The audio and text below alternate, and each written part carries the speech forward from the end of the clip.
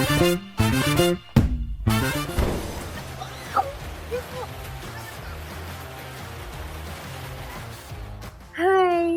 Get ready with me sana ako ngayon eh. Kaso, be ready with me na lang sa tapulan. Tuturo ko na lang sa inyo ang precautionary measures na dapat yung malaman. Before ang bagyo, make sure to keep updated sa mga news outlets, mapa-radio, TV o SOCMED man. Be ready with the info you'll get, girl! After checking the weather updates, gaya ng pinakita ko kanina, keep your go bags near you.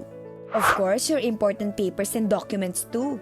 Mahirap na, baka anurin yun ng baha. Check your devices din ha. Unplug necessary things to keep your household safe. Huwag ka na rin umalis ng bahay muna, girl. Di nakaka-pretty maging basa sa ulan, no? Stay indoors, avoid windows, at wag nang lumabas kahit gusto mo pang magkape sa ulan. Pray, and make sure that everyone na nasa bahay, safe and secured. Always check the weather pa rin. If need mag-evacuate, evacuate na.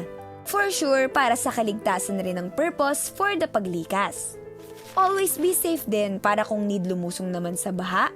Wear protective gears like umbrella, raincoats, and bota. Hirap na magkasakit lalo na leptospirosis. Check your surroundings. Make sure it's safe to go out. Check the plugs, unplug if left out. Clean din, besh. Tanggalin ang bakas ng nakaraan. Ay, tanggalin ang bakas ng ulan. Lampaso the floor if need. And kung gusto mong tumulong, go, go, go! Magbigay ng ready-to-eat food, hygiene kits, and usable clothes. Yung functional sis ha, hindi costumes, uniforms, or prom dress. Kung may tamang plano at tapat na aksyon, lahat tayo safe. At happy ang buong Philippines!